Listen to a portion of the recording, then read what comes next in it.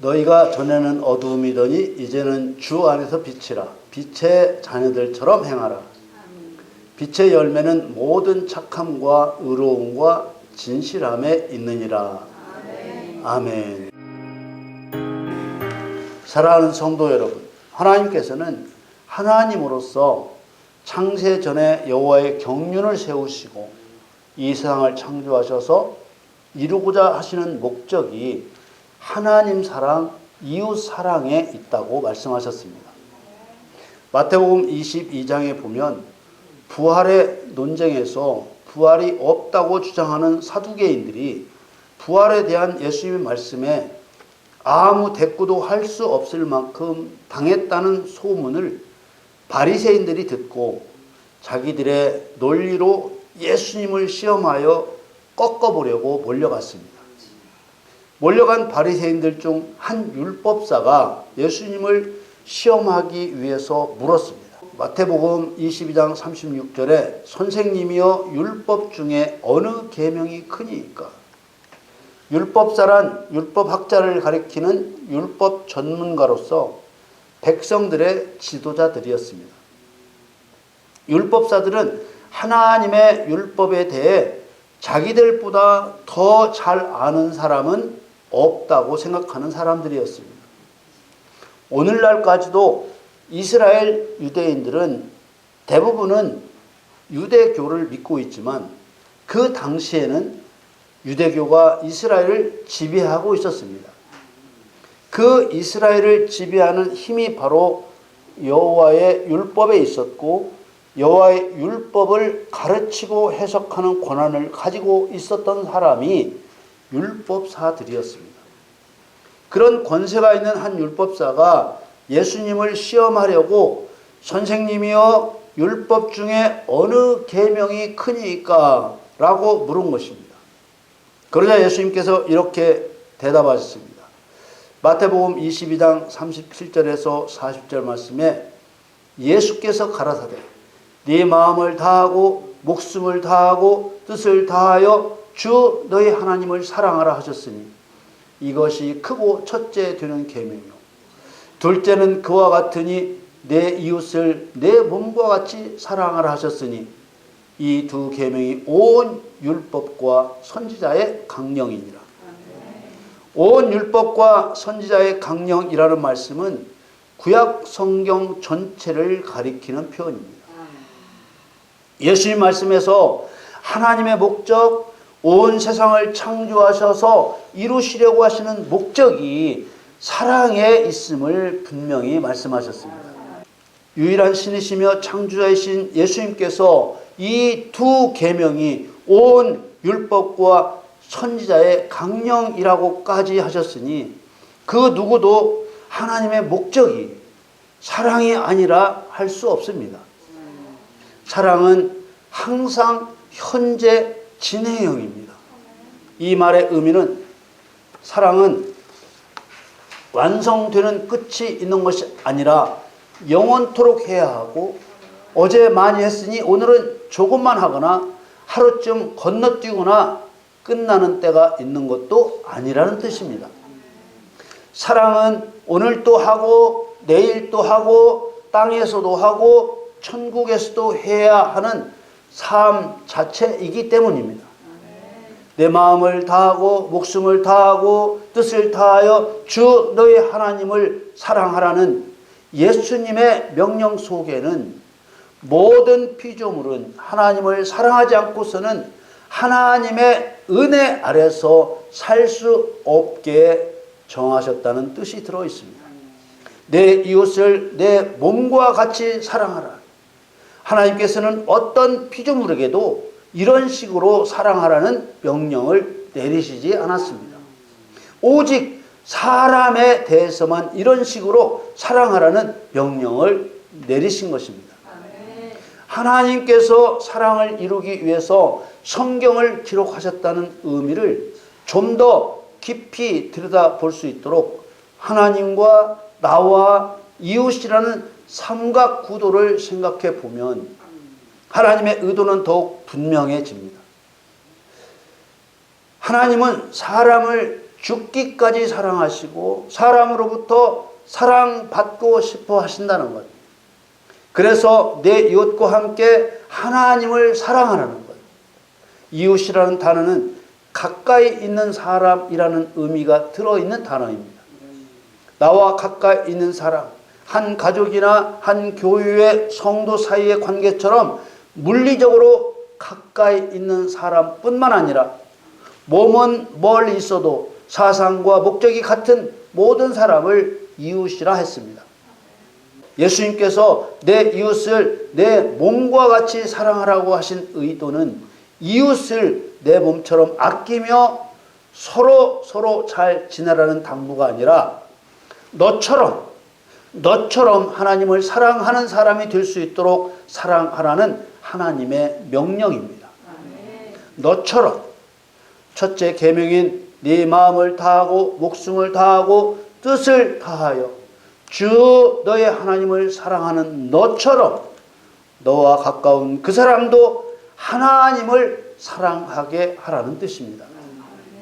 네가 그 사람을 사랑해 주지 않으면 그 사람이 어떻게 너를 따라 하나님을 사랑하는 사람이 될 수 있겠냐, 그런 뜻이죠.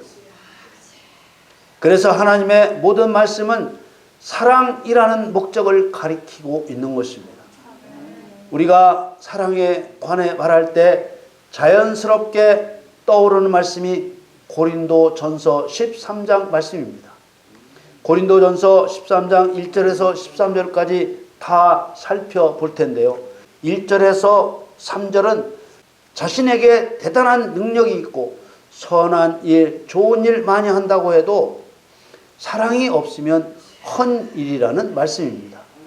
고린도전서 13장 1절에서 3절 말씀에 내가 사람의 방언과 천사의 말을 할지라도 사랑이 없으면 소리나는 구리와 울리는 꽹과리가 되고 내가 예언하는 능이 있어 모든 비밀과 모든 지식을 알고 또 산을 옮길 만한 모든 믿음이 있을지라도 사랑이 없으면 내가 아무것도 아니오. 내가 내게 있는 모든 것으로 구제하고 또 내 몸을 불사르게 내어줄지라도 사랑이 없으면 내게 아무 유익이 없느니라. 이 말씀에서도 하나님께서 최고의 가치로 여기시고 또 목적하시는 바가 바로 사랑이라는 것을 알 수 있습니다. 심지어 내 몸을 불사르게 내어줄지라도 사랑이 없으면 그런 자신에게 아무 유익이 없다고까지 말씀하고 있습니다. 내 몸을 불사르게 내어준다는 것은 말이 쉽지 자기 스스로 누군가를 위해 몸을 불사르도록 내어줄 수 있습니까? 사실상 불가능한 일입니다. 4절에서 7절까지는 사랑의 태도에 대한 말씀입니다. 어떤 생각과 자세로 사랑을 이루어낼 수 있는지 말씀하고 있는 것입니다. 고린도전서 13장 4절에서 7절 말씀을 보겠습니다. 사랑은 오래 참고 사랑은 온유하며 투기하는 자가 되지 아니하며 사랑은 자랑하지 아니하며 교만하지 아니하며 무례히 행치 아니하며 자기의 유익을 굳지 아니하며 성내지 아니하며 악한 것을 생각지 아니하며 불의를 기뻐하지 아니하고 진리와 함께 기뻐하고 모든 것을 참으며 모든 것을 믿으며 모든 것을 바라며 모든 것을 견디느니라. 아멘. 이 말씀을 보면 세상에 아무리 사랑이라는 말이 홍수처럼 넘쳐나고 있을지라도 세상에는 성경이 말씀하고 있는 사랑은 존재하지 않는다는 것을 알 수 있습니다. 성경이 말씀하고 있는 사랑을 이루기 위해서는 자신을 낮추는 것뿐만 아니라 불의를 용납하지 않으면서 진리를 기뻐해야 되고 진실한 사랑을 이루기 위해 모든 것을 참으며 모든 것을 믿으며 모든 것을 바라며 모든 것을 견디어내야 하는 것입니다. 우리가 고린도전서 13장의 사랑에 대한 말씀은 예수님께서 말씀하신 사랑의 두 계명을 이루기 위한 성도들의 자세가 어떠해야 하는지 말해주고 있습니다. 결국 모든 것은 사라지거나 마감되고 오직 사랑만 남게 둔다고 말씀하고 있습니다. 고린도전서 13장 8절에서 10절 말씀에 사랑은 언제까지든지 떨어지지 아니하나 예언도 패하고 방언도 그치고 지식도 패하리라. 우리가 부분적으로 알고 부분적으로 예언하니 온전한 것이 올 때에는 부분적으로 하던 것이 패하리라. 죄, 믿음, 구원, 용서, 은혜, 의인, 율법, 진리, 원수, 사단 마귀, 심판, 이러한 것들은 사랑으로 완성될 영원한 생명, 영원한 천국이 우리 앞에 오면 마감될 것들입니다. 다만 하나님과 사람 사이에 남아야 하는 것은 사랑뿐이라는 것입니다. 고린도전서 13장 11절에 13절 말씀을 봅니다. 내가 어렸을 때에는 말하는 것이 어린아이와 같고 깨닫는 것이 어린아이와 같고 생각하는 것이 어린아이와 같다가 장성한 사람이 되어서는 어린아이의 일을 보렸노라. 우리가 이제는 거울로 보는 것 같이 희미하나 그때는 얼굴과 얼굴을 대하여 볼 것이요 이제는 내가 부분적으로 아나 그때는 주께서 나를 아신 것 같이 내가 온전히 알리라. 그런즉 믿음, 소망, 사랑 이 세 가지는 항상 있을 것인데 그 중에 제일은 사랑이라. 사랑 아닌 다른 것을 위해 인생을 소비해서는 안 됩니다. 왜냐하면 다른 것을 위해 인생을 소비하면 사랑을 완성할 수 없기 때문입니다. 우리가 하나님에 대한 사랑과 사람에 대한 사랑을 완성하기 위해서는 그리스도와 함께 사랑을 이루려는 목표를 세워야 합니다. 하나님의 경륜과 하나님의 목적을 이루는 절차를 나타내고 있는 여호와의 7절기 중에서 예수님께서 알곡과 같은 사람을 거두실 것을 예표하는 절기가 바로 수장절입니다. 한 해의 끝자락에서 우리는 하나님 앞에 무엇을 심고 무엇을 거두고 있는지 자신의 생각과 신앙 행동을 특별히 점검해야 합니다. 하나님께서는 우리 모두가 하나님 말씀을 존중하고 그 말씀에 순종하여 의를 이루고 영생을 거두기를 원하신다고 말씀드렸고 오늘은 지난주에 이어 주 안에서 빛의 열매를 거두고 있는가라는 주제로 말씀을 나누고 있습니다. 하나님께서 경륜을 세워 이루시려는 목적이 하나님 사랑, 이웃 사랑에 있다는 사실을 예수님의 말씀을 통해 확인할 수 있습니다. 지난주 말씀을 전하면서 제가 여러분께 호소했던 것은 성경에도 없는 추수감사절은 마치 교회의 중요한 절기처럼 지키면서 수장절의 영적 의미는 왜 되새기지 않고 있는지 오늘날 교회의 실태에 대해 호소했습니다. 우리는 늘 감사해야 하지만 한 해 농사 추수한 것을 감사했다고 천국 가는 것 아닙니다. 내 마음을 다하고 목숨을 다하고 뜻을 다하여 주 너의 하나님을 사랑하라는 첫째 계명과 내 이웃을 내 몸과 같이 사랑하라는 둘째 계명을 지키지 않고는 영생도 얻을 수 없고 천국도 들어갈 수 없습니다. 믿는다고 말만 하면 천국 간다는 말에 속아서 성경이 말씀하는 사랑이 뭔지도 모르고 하나님을 사랑치도 않고 이웃을 사랑치도 않으면서 천국 들어갈 수 있다는 생각을 고치지 않으면 지옥에 갈 수밖에 없습니다. 성경이 최종적으로 가리키는 단어는 사랑입니다. 사랑은 사망을 이기는 생명이며 어둠을 이기는 빛입니다.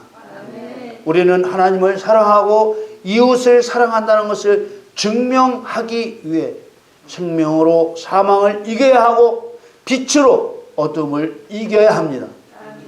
생명과 빛은 예수 그리스도로부터 나오고 사망과 어둠은 사단 마귀로부터 나옵니다.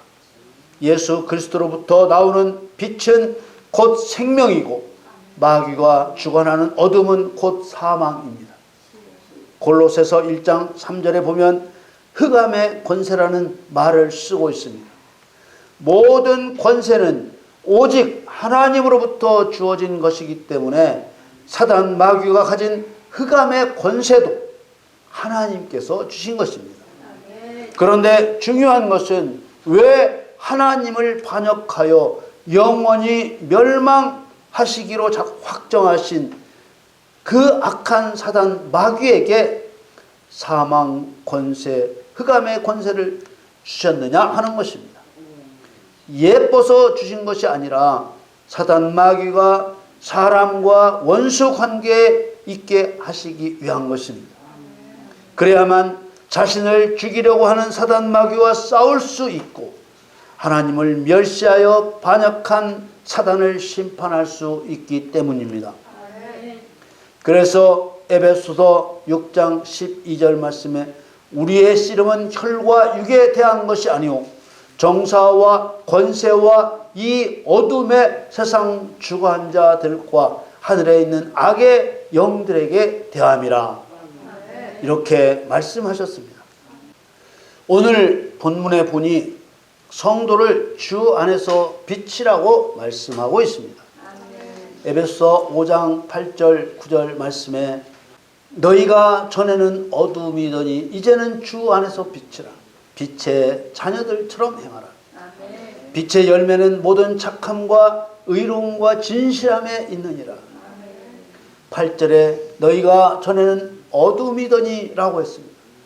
이 말씀은 성도가 되기 전에는 사단에게 속한 자였다는 뜻입니다.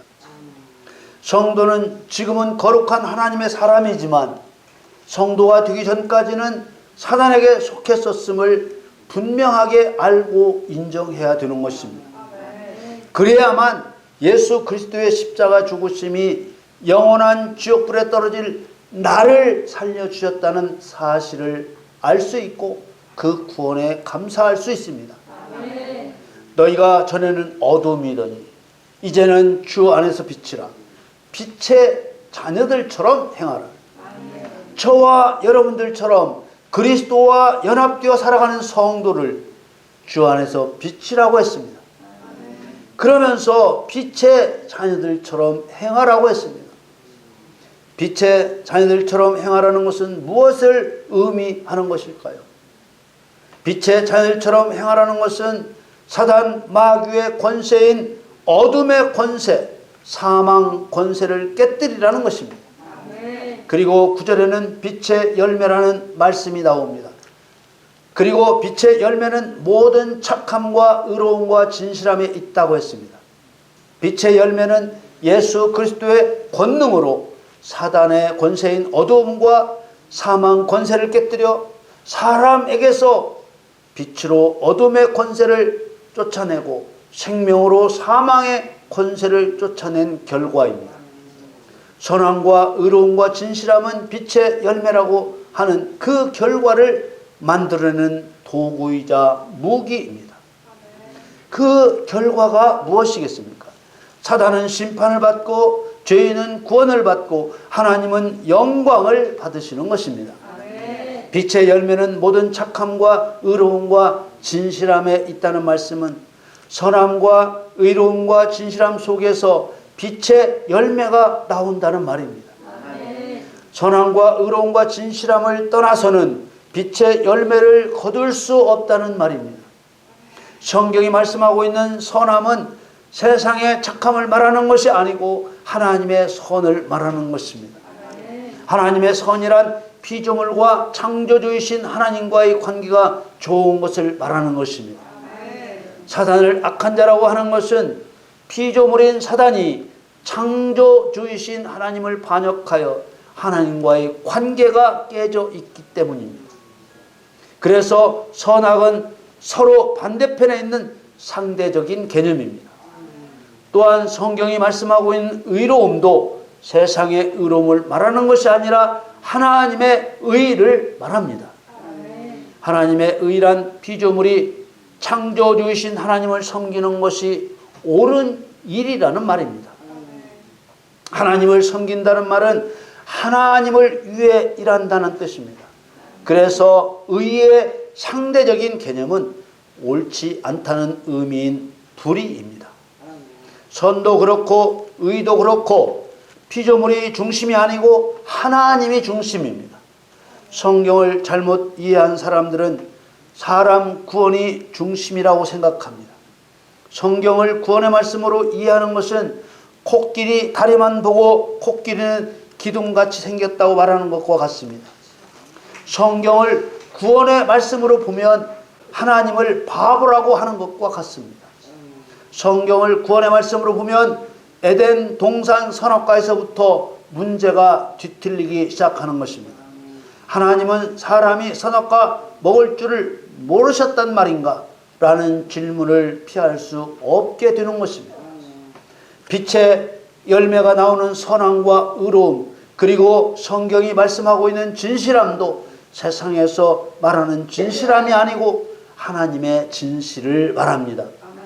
하나님의 진실이란 사단의 거짓말을 깨뜨리기 위한 사건의 진상을 말합니다. 진실은 사실과 내용이 동일한 것이지만 사실은 있었던 일 그 자체를 말하는 것이고, 진실은 거짓말이 있을 때 그 거짓말을 깨뜨리기 위해 밝히는 사실을 말하는 것입니다. 예를 들어 사단을 사단으로 부르기 전에 있었던 사실은 천사로 지음받은 하나님의 피조물이라는 것입니다. 그런데 사단이 나도 하나님과 같은 신이다 라고 사실과 다른 거짓말을 했습니다. 이때 하나님께서 나 외에는 다른 신이 없다, 사단은 신이 아니고 나의 피조물이라고 하시는 이 하나님의 말씀을 진실을 의미하는 진리라고 하는 것입니다. 진리를 말했음에도 사단이 자기도 하나님과 같은 신이라고 계속 주장하기 때문에 성령의 권능으로 사단을 굴복시켜 사단은 신이 아니고 하나님의 피조물에 불과하다는 것을 증명하는 것입니다. 이 일을 하는 사람이 성도이고 성도를 그리스도의 증인이라고 하는 것입니다. 여러분들께서는 선함과 의로움과 진실함은 빛의 열매라고 하는 그 결과를 만들어내는 도구이자 무기라는 말이 무엇을 뜻하는지 이해가 되셨을 것입니다. 다시 한번 말씀드리면 빛의 열매는 예수 그리스도의 권능을 힘입어 사단의 권세인 어두움과 사망의 권세를 깨뜨려 빛으로서 사람에게서 어둠의 권세를 쫓아내고 생명으로 사망의 권세를 쫓아낸 결과를 말하는 것입니다. 그리고 이 결과를 만들어내는 도구와 무기는 하나님의 선과 하나님의 의와 하나님의 진실이라는 것입니다. 예수님께서 요한복음 8장 12절 말씀에 예수께서 또 일러 가라사대 나는 세상의 빛이니 나를 따르는 자는 어둠에 다니지 아니하고 생명의 빛을 얻으리라. 이렇게 말씀하셨습니다. 그러므로 우리는 지금 무엇을 심고 무엇을 거두고 있는지 점검해야 합니다. 지금 우리가 빛되신 예수 그리스도께서 행하신 일을 그대로 하면서 빛의 열매를 거두고 있는지 확인해야 하는 것입니다. 우리에게 생명의 빛이 없다면 사랑이라는 빛의 열매를 거둘 수 없고, 빛의 열매를 거두고 있지 못하다면 빛의 자녀가 아닌 어둠의 종이기 때문에 지옥을 피할 수 없습니다.